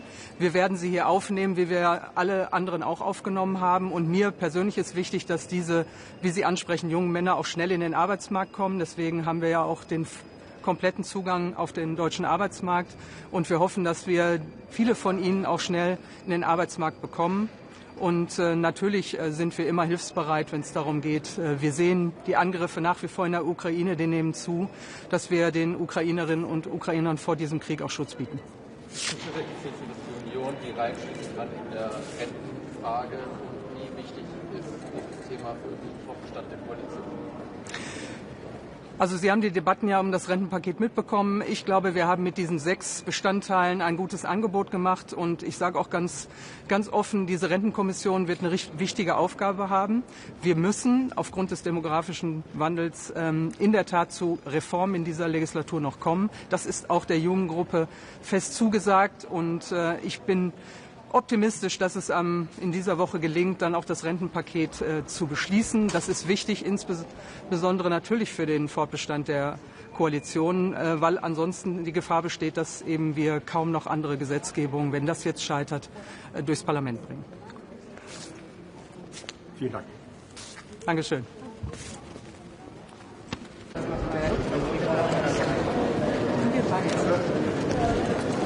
Morgen. Den her dagsorden, vi har i dag, så skal vi diskutere militær hjælp til Ukraine, og I skal diskutere Europas mulige engagement i sikkerhedsgarantier, hvis der kommer en fred. Er I overhovedet i stand til at diskutere den slags, når vi er amerikanerne, der sidder og forhandler i Europa? Selvfølgelig er vi i stand til at diskutere det, men det er jo ikke nogen hemmelighed, at der er brug for et endnu stærkere europæisk engagement i forhold til den finansielle støtte til Ukraine. Det har vi jo også lagt stor vægt på under det danske EU-formandskab, og det kommer til igen at understrege her i dag nødvendigheden af, at vi finder en model for at frigøre de her ca. 140 milliarder euro, som jo er en væsentlig del af sikkerhedsgarantien for Ukraine i de kommende år, for det gør, at de kan modstå det pres, de er under militært fra Rusland. Og jeg må også sige, at selvom at jeg noterer mig, at der er drøftelser i øjeblikket i forhold til en potentiel fred eller våbenhvile, så synes jeg ikke, der er meget, der tyder på, at der er nogen som helst russisk vilje til faktisk at ville stoppe krigshandlerne i Ukraine, og det bliver vi også nødt til at tage bestik af, så vi ikke kommer i en situation, hvor Europa bliver efterladt som de naive på perronen. Det, jeg hører sige, det er, at der er mere fokus på den fortsatte militære støtte til Ukraine, end der er på en eventuel sikkerhedsgaranti. Altså jeg synes, de to ting hænger sammen, for en stærk sikkerhedsgaranti er jo netop også med til at kan tvinge russerne til en varig fred, eller i hvert fald en våbenhvile. Hvis vi viser svaghed og ikke er i stand til at skaffe den nødvendige opbakning til den finansielle støtte til Ukraine, så er jeg bange for, at vi bliver efterladt i en situation, hvor Europa ser ud til at være de naive i den diskussion, som finder sted nu i forhold til Ukraines fremtid. I dag der tages det første spadestik til den fabrik, som skal ligge tæt på flyvestationen Skrydstrup, som skal producere brændstoffer blandt andet til ukrainske missiler. Jeg kan godt tænke dig at spørge dig, i forbindelse med det har vi jo set, i forbindelse med dem, vi har jo set en stor korruptionsskandale i Ukraine. Det er noget, vi ved, ukrainerne har store problemer med, som de også skal gøre noget ved for at kunne blive EU-medlem. Gør du der nogle bekymringer i forhold til, at de nu skal til at skal vi sige, drive forretning i Danmark? Der har jo også været nogle rapporter om, at en af de implicerede i den her korruptionsskandale har nogle tråde til den her fabrik. Gør du der nogle bekymringer om det? Der er i hvert fald ikke nogen tråd til fabrikken i Danmark, for det er dansk lovgivning, som man skal overholde. Så i forhold til Firepoints etablering i Danmark, gør jeg mig ikke nogen bekymringer. Jeg gør mig selvfølgelig bekymringer i forhold til den aktuelle korruptionsdiskussion, skandale i Ukraine. Vi gør alt, hvad vi kan for at følge de penge, som vi giver. Vi har også eksterne revisorer til at lave audit på de donationer, vi har lavet. Men når det så er sagt, så har jeg jo hele tiden været åben om, at der er en risiko for potentiel korruption. Jeg har senere her i dag møde med Denis Mihal, den ukrainske forsvarsminister, hvor vi blandt andet også kommer til at diskutere det her spørgsmål, og også de ting, der har været rejst i Ukraine i forhold til Firepoint, hvor jeg har bedt om at få en redegørelse for nogle af de ting, der har været op i den offentlige diskussion, og det forventer jeg også, at jeg vil modtage i løbet af kort tid. Men vil det få nogle konsekvenser for det ukrainsk-danske samarbejde for nu af på længere sigt? Vi slår jo ned på korruption, hvis vi ser, at det sker. Vi følger nøje alle de penge, som vi donerer. Både det, vi gør bilateralt, men jo også det, vi gør i samarbejde med andre lande. Det er nu mit klare indtryk, at ukrainerne selv er meget opmærksomme på det her spørgsmål. Derfor er det jo også grundlæggende godt, at der nu er en stor diskussion om det i Ukraine, om hvorvidt der så har fundet korruption sted eller ej. Det er jo derfor, man også har de her uafhængige myndigheder, som der var stor diskussion om i sommer, som måtte få lov til at agere. Det endte heldigvis med, at det måtte de, og de har jo også mandatet til det. Og det er jo så også det, vi ser udfaldet af i øjeblikket, at de så laver de her omfattende undersøgelser. Er der taget nogle ekstra forholdsregler i forhold til etableringen af den her fabrik, set i lyset af, at man udmærket godt ved, at der er store problemer med korruption i Ukraine? Ja, det er der jo i kraft af, at man etablerer sig i Danmark, for der er der jo en lang række regler, man skal leve op til i forhold til hvidvask, fordi vi er medlem af EU. Så mange af de regler, der jo, om man så må sige, forhindrer korruption og skaber en meget større transparens og gennemsigtighed, gælder jo i Danmark, som ikke nødvendigvis gælder i Ukraine. Så på den måde er etableringen af Firepoint jo et helt andet end den virksomhed, der er etableret i Kiev eller i Ukraine. Så måske lige et sidste spørgsmål i forhold til mødet i dag. Hvad håber du på, at ukrainerne kan rejse hjem med i dag? Ikke mindst set i lyset af de fredsforhandlinger, der foregår i øjeblikket. Altså hvad er det, som I håber på kunne give jeres ukrainske kollegaer? Jeg håber, vi kan give et rygstød om, at der inden udgangen af det her år bliver fundet en løsning på at frigive de 140 milliarder euro. Det er det, som jeg synes, vi skylder at levere på fra europæisk side. Minister, in English?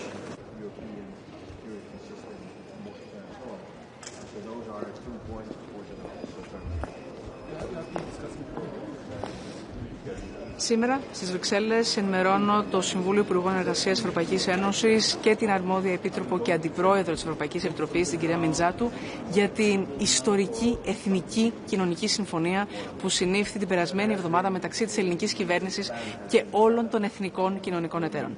Μια συμφωνία η οποία ενισχύει τις συλλογικές συμβάσεις εργασίας στη χώρα μας, προστατεύει περισσότερους, οδηγεί στην προστασία περισσότερων εργαζομένων από συλλογικές συμβάσεις εργασίας, προσφέρει ένα πιο σταθερό εργασιακό περιβάλλον για τις επιχειρήσεις και βάζει ξεκάθαρους κανόνες συνολικά στην αγορά εργασίας. Ταυτόχρονα, στο Συμβούλιο Υπουργών θα συζητήσουμε ζητήματα που αφορούν την απλοποίηση διαδικασιών και την ενίσχυση της συμμόρφωσης της εργασιακής και της ασφαλιστικής νομοθεσίας, όπως και επίσης ζητήματα που αφορούν τις μετακλήσεις.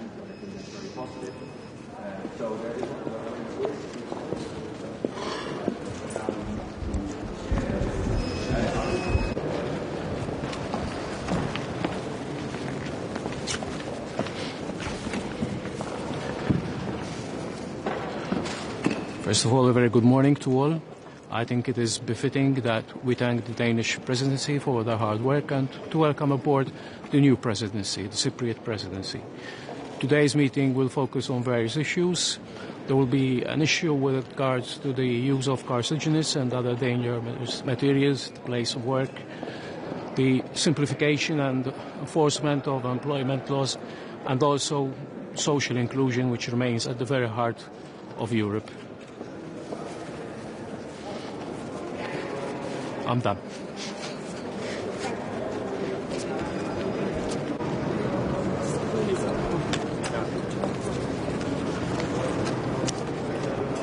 Social Affairs Minister from Slovenia. Okay, hello, bonjour. I'll say a few words about today's EPSCO Council.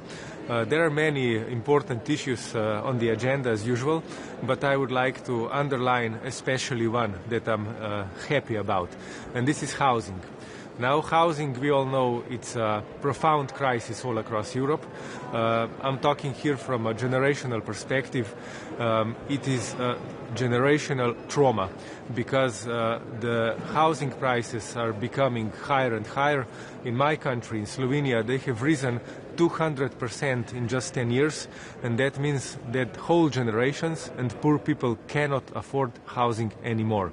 In Slovenia, we started to politically tackle the problem 3 years ago with the new government, our government constituted, that established a special ministry for solidarity-based future, that is entitled to address the housing crisis. And I'm very happy that we have come to that point also at the European level, and that today we are starting a serious debate how to address housing crisis all across Europe. So thank you. That would be all from my side. Thank you very much. Hola. Hola. Buenos días, ¿qué tal? ¿Cómo estáis? ¿Cómo estamos? Ya estamos, ¿no, Carlos? Sí. Bueno, pues buenos días, gracias por su presencia.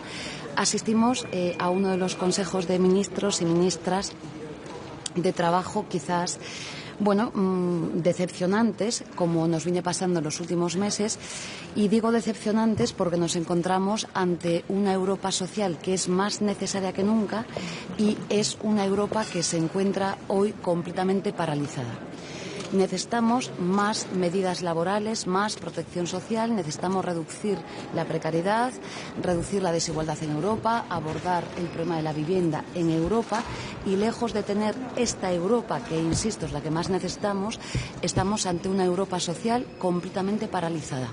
Lo hemos visto ante el fracaso de la cumbre social en septiembre en Porto, que como saben ustedes culminó sin declaración, una cumbre social que era clave. Hemos incrementado el número de personas pobres en Europa, 93,2 millones.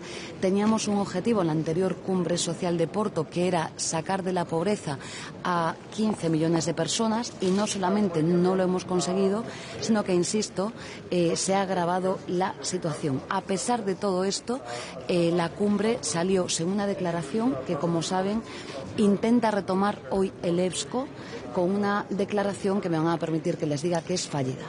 El Gobierno de España, el Ministerio de Trabajo, va a ser absolutamente crítico con el contenido de esa declaración, en la que, como saben ustedes bien, no dice absolutamente nada sobre los retos sociales del momento, y no solamente ello, sino que nos han prohibido o vetado palabras que son claves. Por ejemplo, la igualdad de género. La palabra género, por primera vez, está vetada en el EPSCO, en esta comisión, igual que muchas otras palabras que, insisto, que son determinantes para definir el futuro de la Europa social que necesitamos. En segundo lugar, nos encontramos en una Europa social paralizada, con objetivos explícitos que, me van a permitir que les diga, adopta la formalidad de la flexibilidad. Como saben ustedes, el expediente que busca la simplificación de los procedimientos administrativos es una forma, es una cáscara que trae dentro de sí, es decir, el fondo de la cuestión tiene que ver con un retroceso absoluto en los planteamientos sociales que necesita Europa. Estamos volviendo atrás con conceptos que, insisto, no son los adecuados. No es verdad que haya sobrelegislación, y mucho menos en el ámbito laboral en la Unión Europea. Todo lo contrario, necesitamos mucha más legislación, necesitamos dar pasos adelante. Justamente lo que está haciendo la Comisión es, con esa excusa de la simplificación administrativa pues da pasos atrás, pero es que además los temas que está abarcando la Comisión hoy tienen que ver con aquella Europa fracasada, que además generó enorme desafección social y que vuelve a incorporar la vieja competitividad entendida como la competencia a la baja y por tanto con relaciones laborales débiles, frágiles y precarias, y además una vieja competitividad que está o va de la mano de las viejas fórmulas de la austeridad. Si a esto le unimos la pretensión de la simplificación administrativa más el debate que tenemos sobre el Fondo Social Europeo, me van a permitir que les diga que el escenario que tenemos hoy es malo y desde luego el Gobierno de España lo que quiere es que Europa despierte, que dé un paso adelante y que tengamos más Europa social que nunca. Por tanto, hoy la posición de mi ministerio será profundamente crítica en este EPSCO, que, insisto, va a ser clave, sobre todo porque Europa está en una encrucijada y de la dirección que tome veremos pues un actor político relevante con futuro, con derechos laborales, con abordajes de los problemas de época, o veremos una Europa que golpea a los europeos y a las europeas y que da marcha atrás y que además se pone del lado de los intereses de Trump. La pretensión, la fallida composición de la semana pasada, ¿no? con el planteamiento de abaratar, me van a permitir que lo diga así, ¿no? Todo lo relativo a la inteligencia artificial y a la digitalización en general, pues no es más que darle la razón o ponerse del lado de Trump y a los intereses de las grandes Big Tech norteamericanas. Por tanto, nosotros defendemos también esta materia, regulación que tiene que ver con los derechos humanos, con los derechos laborales, pero también con los derechos de las empresas europeas y españolas que tienen derecho a una competencia leal en el mercado y no a un fenómeno de competencia desleal en el mercado a favor de un puñado de Big Tech norteamericanas. Vicepresidenta, ambas. Tenía una pregunta en clave nacional. No sé si usted está preocupada por lo que pueda decir el señor Ábalos desde la cárcel y depende de lo que salga. ¿Descarta usted salir de la coalición del gobierno? Yo lo que estoy preocupada es por la corrupción en España. La corrupción es un problema gravísimo en nuestro país. La corrupción erosiona la democracia y lo que tenemos que hacer es tomar medidas para ser un país similar a los de nuestro entorno, no hablo de los del sur de Europa, como sabe usted, y tomar medidas para actuar antes de que los fenómenos de la corrupción se produzcan. Le soy clara, hace escasamente un mes Sumar presentó una proposición de ley para regular, como dice el Greco, la primera agencia anticorrupción en nuestro país, dotada con medios materiales y, por supuesto, profesionales completamente independientes, y nos hemos encontrado con que las tres derechas de nuestro país impidieron que esta norma saliera adelante. Es decir, las tres derechas, se llamen como se llamen, Partido Popular, Vox y Junts, votaron en contra para impedir que esta agencia, que insisto, es la que nos insta el Greco a tener en nuestro país para cambiar la cultura de la corrupción en España y avanzar en la cultura de la prevención y dotar de análisis de riesgos previos todos los institutos administrativos, desde los ministerios, pero la Xunta de Galicia, las juntas todas de las comunidades autónomas, las autoridades portuarias, las diputaciones provinciales, todas con planes específicos de prevención de la corrupción para saber dónde están los riesgos y evaluarlos ex ante, y han impedido que esto saliera adelante. La pregunta es ¿por qué lo hace las tres derechas en nuestro país? Porque tenemos que tomar medidas ya. Con esta agencia, lo voy a volver a decir, es decir, no es adecuado que los cargos públicos, igual que otros colectivos profesionales en España, estén aforados por razones de corrupción. Tendrán que estar aforados, lógicamente, en el ejercicio de su cargo, pero no para cuestiones que son extramuros al ejercicio de los cargos profesionales. Por tanto, en definitiva, nuestra posición es sí de preocupación. La corrupción corroe la democracia. Es un problema severísimo en España. Miren ustedes el último CIS, la desafección ciudadana acompasando al fenómeno de la corrupción es todavía mayor a la que teníamos en el año 2015 y, por tanto, nosotros lo que creemos es que hay que actuar con claridad frente a la corrupción. Y los que están golpeando la posibilidad de tomar medidas tienen que explicárselo a los españoles y a las españolas. Sí, vicepresidente, una pregunta. Hoy hemos conocido que su grupo pactó con Esquerra una medida transaccional a la Ley de Economía Social para que le obligaría a su ministerio a aprobar una nueva ley para impulsar los establecimientos en zonas rurales. ¿Qué nos puede decir de esa futura ley? Bueno, en primer lugar, que tenemos mucha satisfacción. Como saben, es una ley muy importante, que es una ley integral que modifica 3 normas claves y que la ponencia la semana pasada transitó, creo que de manera correcta, y espero que lo antes posible, por supuesto, esta norma sea aprobada en el Congreso de los Diputados. Es una norma que va a modernizar la ley de cooperativas, la ley de economía social y también las empresas de inserción y, en definitiva, va a dar un impulso mayor a una economía que es más necesaria que nunca, que es la economía social y solidaria, que supone el 10% del PIB y que es especialmente inclusiva, solidaria y que ancla, en este caso como la enmienda a la que usted se refiere, por supuesto, población en los territorios más próximos. Y, por tanto, buenas noticias. No solo Esquerra, muchos grupos han formalizado enmiendas y, por tanto, creo que lo importante es que la Comisión ya hizo el trabajo que tenía que hacer y esperamos que lo antes posible esta ley integral, que modifica 3 normas, salga adelante. La semana pasada se rechazó tramitar la propuesta de Sumar sobre vivienda y el PSOE se abstuvo. ¿Cree que el PSOE es consciente de la gravedad de la situación de la vivienda? Bueno, lo que me atrevo a decirles es que tenemos una diferencia evidente en materia de vivienda con el Partido Socialista. Coincidimos en el diagnóstico o no lo sé, pero desde luego no en las soluciones. Y lo que es evidente que el voto que tuvo la semana pasada habla por sí solo y queremos ser claras, es decir, hay que dar un paso adelante. Como saben, estamos centrados ahora mismo en ese Real Decreto Ley que hemos presentado desde Sumar y que tiene como una medida, digamos, estrella, que es congelar la revalorización de los alquileres que tenemos ahora mismo pendientes en nuestro país, que hasta ahora mismo son 300.000. Pero piensen ustedes que la revalorización de las rentas de arrendamiento en nuestro país, da igual el barrio del que hablemos, son de entre el 20, el 30, el 40 y hasta el 50% en muchos barrios, lo que hace absolutamente imposible vivir con dignidad en España. Por tanto, tenemos una discrepancia manifiesta con el Partido Socialista y, desde luego, desde Sumar vamos a llevar a la CDGAE este Real Decreto por el bien de nuestro país. Y lo digo con claridad, porque igual que hemos hecho con otros Reales Decretos, como saben ustedes, nos pasó con los permisos, nos pasó también al Ministerio de Trabajo con el Estatuto de Prácticas no laborales en las empresas conocidos como becarios, pues tendremos que llevar esto a la CDGAE para que se aborde y, si quiere tumbarlo el Partido Socialista, que lo tumbe. Pero realmente lo estamos haciendo por el bien de nuestro país.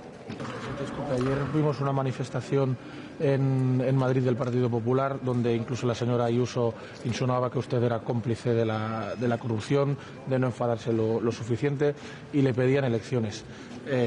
Insisto con lo de antes, depende de lo que salga. ¿Cree que este país va directo a unas elecciones porque desde usted o de sus socios del gobierno esta legislatura ya va a ser insostenible?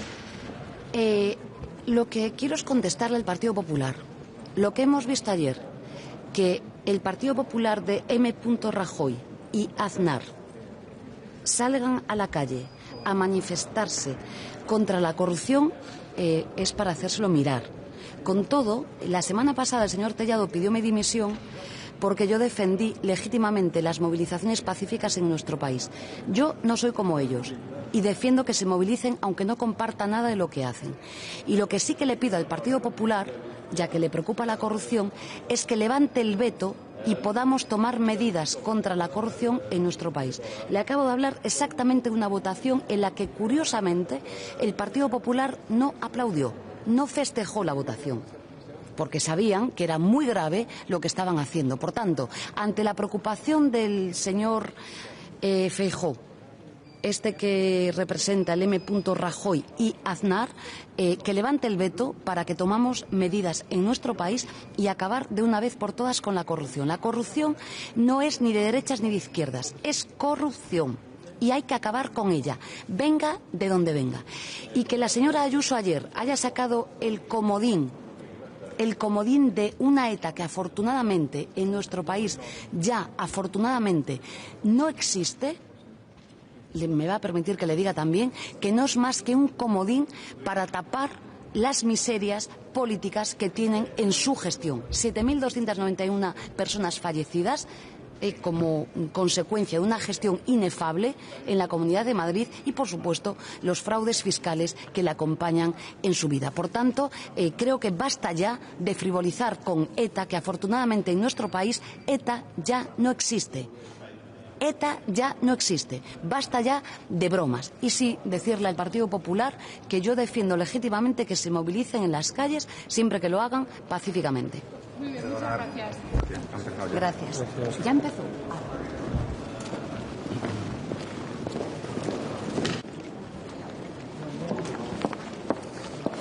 Good morning, everyone.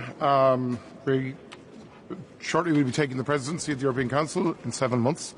I spent last week in Strasbourg meeting with parliamentary colleagues from across Europe, the chair of the Employment Committee, also various Irish MEPs, Commissioner Michael McGrath, where we discussed some of our key priorities in terms of a social Europe, anti-poverty strategy, quality jobs initiative.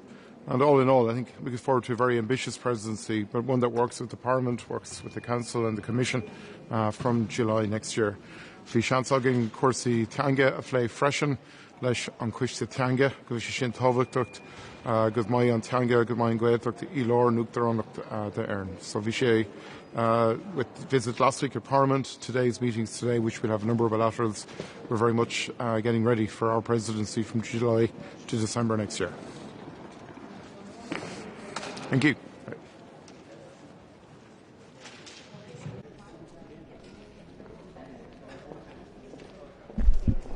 Idag samlas EUs arbetsmarknadsminister för att diskutera hur vi kan skapa fler jobb i Europa och i Sverige.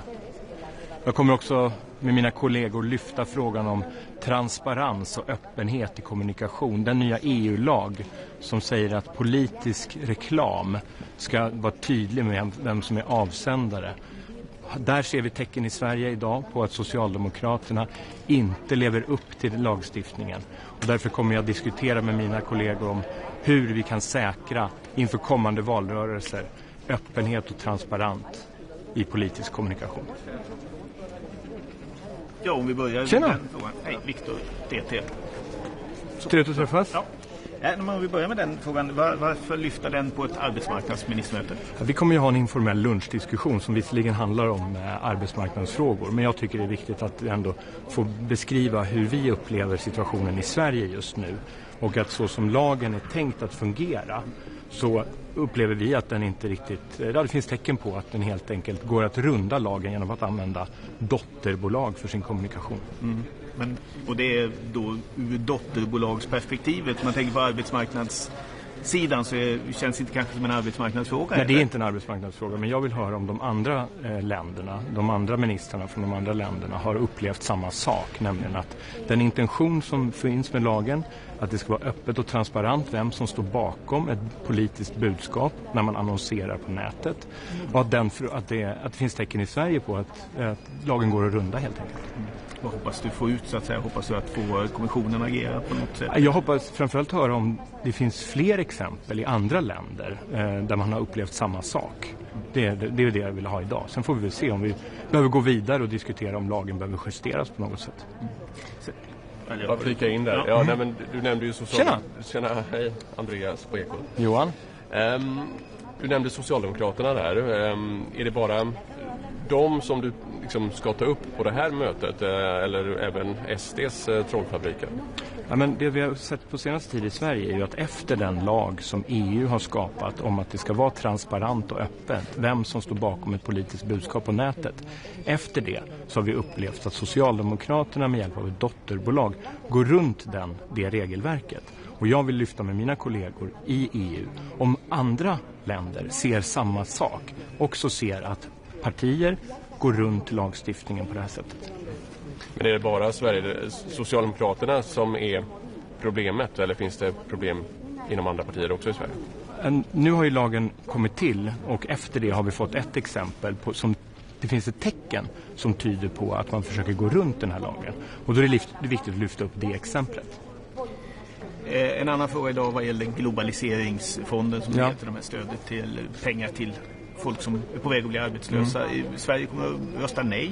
Varför? Därför att vi tycker att den här typen av arbetsmarknadspolitik framförallt ska vara en fråga man ägnar sig åt i respektive medlemsland. Samtidigt så får Sverige på väg att få pengar just nu till Northvolt-drabbade. Ja, och eftersom fonden finns så ska vi såklart använda den fonden. De möjligheter som ges ska vi använda för att stötta personer och organisationer i Sverige under omställning. Ja. Jag tror inte jag har så mycket mer. Nej. Tack för idag. Tack för idag. Ja. Tack så mycket.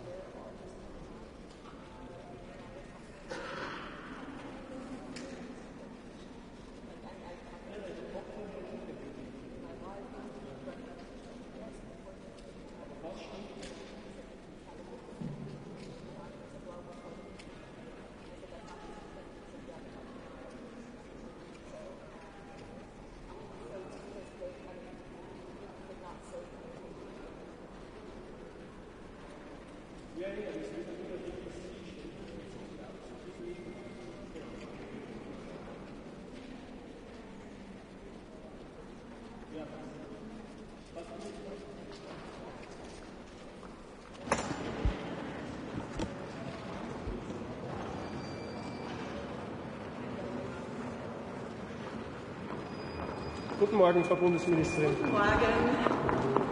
Guten Morgen, grüß Gott. Frau Bundesministerin, hier in Brüssel ist die Rede davon, dass bald ein Gesetzesvorschlag zu diesem eingefrorenen russischen Vermögen von der Kommission auftauchen soll. Österreich hat das noch etwas offen gelassen bis dato. Wie sehen Sie es jetzt? Wird Österreich bürgen für Geld, damit man der Ukraine einen Kredit geben kann? Ich denke, das wird sehr herausfordernd werden, insbesondere rechtlich auch herausfordernd werden. Das hat auch nach der Oktober-Ratssitzung unser Bundeskanzler so gesagt. Das heißt, man wird sehen, was sich da noch entwickelt. Die Verhandlungen laufen ja noch, aber dass wir auch hier zurückhaltend sind, insbesondere was die rechtliche Situation anbelangt, das steht außer Frage. Gibt es Alternativen? Denn aktuell ist es ja so, dass Europa bei den Friedensverhandlungen außen vor eher in der Zuschauerrolle ist. Wie kann Europa endlich mit an den Verhandlungstisch kommen? Also was ganz wichtig ist, im 4.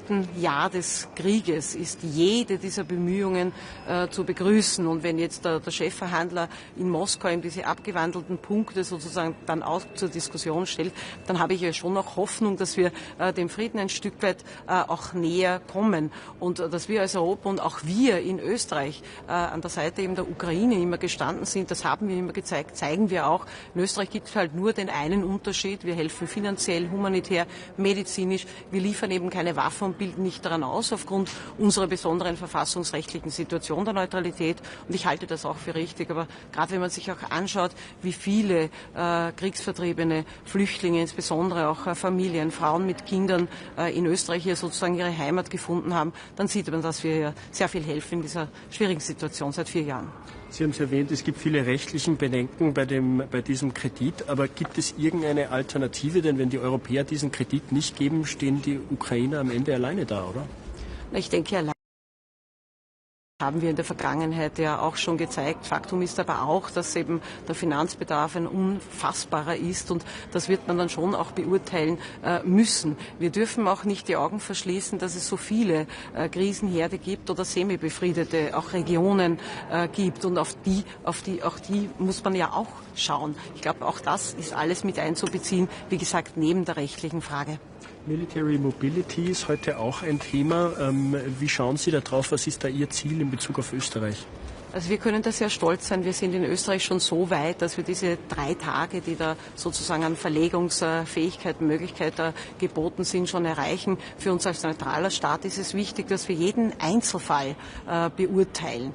Das heißt, nach dem Truppenaufenthaltsgesetz ganz genau schauen und spezifisch dann beurteilen. Aber grundsätzlich sind wir da sehr gut unterwegs. Und was man auch nicht vergessen darf, das bietet ja auch viele Möglichkeiten, finanzielle Möglichkeiten, auch die Infrastruktur in Österreich zu verbessern. Das liegt jetzt nicht nur im Verteidigungsministerium, sondern insbesondere eben im Verkehrsministerium. Aber das ist eine Möglichkeit, dass wir uns hier auch Geld zurückholen und Investitionen in die österreichische Infrastruktur schaffen. 2 kleine Nachfragen noch zu uns zu Hause. Wir kaufen ja jetzt Leonardo-Jets. Wieso kaufen wir eigentlich nicht F-35-Jets, die ja bekanntermaßen der beste Kampfjet der Welt sind? Billig sind die Leonardo-Jets ja auch nicht. Das sind 2 unterschiedliche Dinge. Das ist ein Kampfflugzeug, das unter Schallgeschwindigkeit fliegt eben, der Jettrainer von Leonardo. Und so war die technische Spezifikation, weil das ist ja die Nachfolge des Saab 105, den wir insbesondere eingesetzt haben, auch für das Training, für die Schulung, aber auch natürlich zur Feuerunterstützung für unsere Bodentruppen. Das heißt, das ist das optimale Gerät. Und was noch viel wichtiger ist, wir haben das Government-to-Government beschafft und weil Transparenz ist etwas ganz Wichtiges, wenn man mit so viel Steuergeld auch zu tun hat. Und gemeinsam mit dem Wirtschaftsminister haben wir es auch geschafft, Industriekooperationen abzuschließen, die jetzt noch genauer sozusagen auch determiniert werden. Da geht es auch um 400 Millionen Euro. Das heißt nicht nur eine Investition in unser aller Sicherheit, eine zur Verteidigung auch unserer Neutralität, sondern auch eine in die österreichische Wirtschaft. Aber wenn wir schon so viel Geld ausgeben, wieso kaufen wir dann nicht den besten Kampfjet der Welt? Das ist eine zweite Frage, die wir natürlich auch noch zu regeln haben. Das eine ist das Unterschallflugzeug, das wir jetzt eben beschafft haben. Aber Sie wissen, die Eurofighter, unsere Abfangjäger, kommen ja auch in die Jahre. Das heißt, die müssen spätestens im Jahr 2035 auch ausgeschieden werden. Das heißt, da müssen in dieser Regierungsperiode auf jeden Fall noch die entsprechenden Arbeiten auch begonnen werden, weil in diesem Bereich, Sie sagen es richtig, auch eine Nachbeschaffung notwendig sein wird. Da wird es auch ein Sonderbudget dann bedürfen. Aber jetzt der wichtigste Schritt einmal, dass wir eben diese Kampfflugzeuge beschafft haben, die tatsächlich auch zu den modernsten zählen. Letzte Frage. Kennen Sie schon die Entscheidung der Grundwehrdienstkommission zur Verlängerung und sind Sie für eine Verlängerung? Die Wehrdienstreformkommission hat noch bis Ende dieses Jahres Zeit, wird mindestens 3 Vorschläge liefern. Da geht es nicht nur um die Frage, ob der Grundwehrdienst verlängert wird oder nicht, sondern die viel entscheidendere Frage ist ja, wie schaffen wir es, dass sich immer mehr Männer oder junge Frauen, wir haben ja die Möglichkeit des freiwilligen Grundwehrdienstes für Frauen auch geschaffen, für das Bundesheer entscheiden. Das heißt, da werden dann 3 Vorschläge kommen, die sich sowohl mit dem Grundwehrdienst als auch mit dem Zivildienst beschäftigen. Ist auch eine budgetäre Frage, eine wirtschaftliche. Und dann wird man sehen, welche dieser Vorschläge dann auch innerhalb der Regierung befürwortet wird. Ich persönlich bin der Meinung, dass wir in jedem Fall zu verstärkten Übungen kommen müssen, so wie wir es in der Vergangenheit ja auch schon gemacht haben. Vielen Dank. Dankeschön. Ich danke Ihnen. Dankeschön. Danke. Schönen Dank. Wiedersehen. Danke.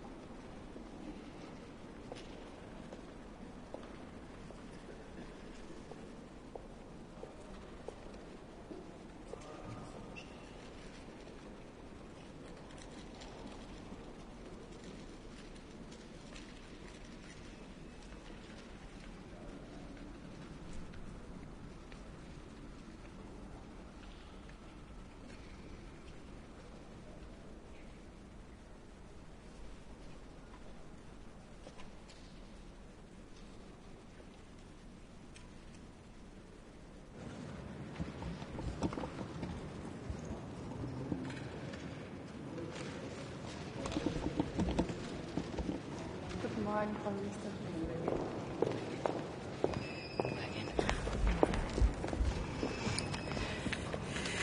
Ja, ich freue mich sehr, heute beim Europäischen Rat zu sein. Ich freue mich sehr, dass Dinge auch jetzt auf den Weg gebracht werden, die ganz, ganz wichtig sind für den Arbeitnehmerschutz, dass wir die Richtlinien für die Belastung von karzinogenen Stoffen, das heißt von krebsfördernden Stoffen, jetzt eindämmen. Das ist ganz, ganz wichtig. Wir brauchen einen starken Arbeitnehmerinnen- und Arbeitnehmerschutz. Ich freue mich auch sehr, dass das Thema Wohnen nun eine große Bedeutung haben wird, gerade aus österreichischer Sicht. Wir sind ja sehr stolz darauf, dass wir im Ministerium den Wohnschirm haben und Housing First, nämlich all jene Mechanismen, die helfen, dass Menschen nicht delogiert werden und dass sie wieder eine Wohnung finden.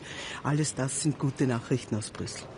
Frau Ministerin, zum Thema Wohnen, was erwarten Sie da ganz konkret, was überhaupt auf EU-Ebene getan werden kann? Weil das ist ja eigentlich ein sehr nationales Thema. Ich glaube, es ist sehr wichtig, hier auf den Weg zu bringen, dass man die Rahmenbedingungen für leistbares Wohnen, für den sozialen Wohnbau auf den Weg bringt, auch auf europäischer Ebene. Das ist ganz wichtig. Wohnen ist ein Menschenrecht und wir wollen, dass alle Menschen Chance auf eine gute Wohnung haben und auf leistbare Mieten. Erlauben Sie mir Fragen zu zwei innenpolitischen Themen. Vielleicht die Arbeitslosigkeit in Österreich, die ist seit 1,5 Jahren am Steigen. Es sind jetzt 400.000 Personen. Was werden Sie da konkret machen, um das Problem in den Griff zu kriegen? Also natürlich machen die Arbeitslosenzahlen große Sorgen, das ist keine Frage. Sie sind der wirtschaftlichen Situation geschuldet. Wir sind jetzt im 3. Jahr einer schlechten wirtschaftlichen Entwicklung. Wir hoffen, dass die Wirtschaft wieder mehr anspringt, weil dann können auch die Arbeitslosenzahlen sinken. Was wir machen können und was wir tun, ja auch mit dem AMS gemeinsam, ist für ältere langzeitarbeitslose Menschen ab 26 werden wir ein Programm 55 Plus auf den Weg bringen, wo wir ältere langzeitarbeitslose Menschen in Beschäftigung bringen im gemeinnützigen Bereich. Das ist ganz, ganz wichtig. Und natürlich Qualifizierung. Gerade in Zeiten der großen Transformationen, der Wandel in der Arbeitswelt ist es wichtig, dass wir Menschen qualifizieren. Das tun wir mit der Weiterbildungszeit. Da müssen wir ansetzen, Chancen geben, gerade für Menschen, die die Arbeit verloren haben und schauen, dass wir sie schnell wieder in den Arbeitsmarkt bekommen.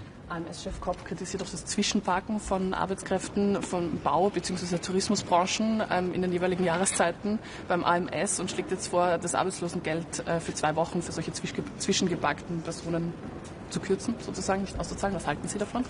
Also die Problemstellung, dass wir wissen, dass einfach Menschen geparkt werden, wenn sie jetzt in der Saison nicht beschäftigt werden, die macht uns natürlich große Sorgen, weil sie auch große Kosten für das AMS bedeuten. Uns ist es wichtig, wie schaffen wir, dass Menschen auch Ganzjahresbeschäftigungen bekommen.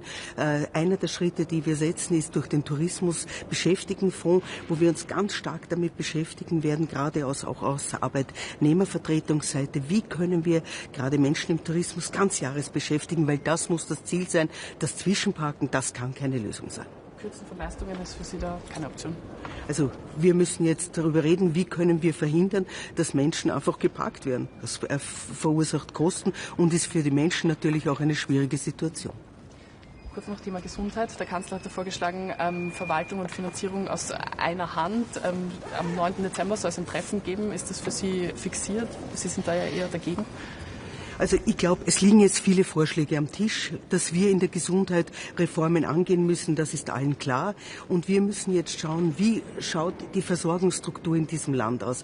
Ich glaube, keinem Patienten in Österreich ist es eigentlich egal, wie es organisiert ist. Es muss gut organisiert sein, die Leistung muss zur Verfügung stehen. Wir brauchen ein starkes öffentliches Gesundheitssystem und im Hintergrund müssen wir natürlich überlegen, wie können wir dieses Gesundheitssystem zukunftsträchtig aufstellen. Viele Vorschläge. Jetzt analysieren wir einmal die Versorgungsstrukturen und dann schauen wir, welche Reformschritte danach folgen, auch finanziell. Danke schön. Okay. Wiederschauen. Danke. Danke schön.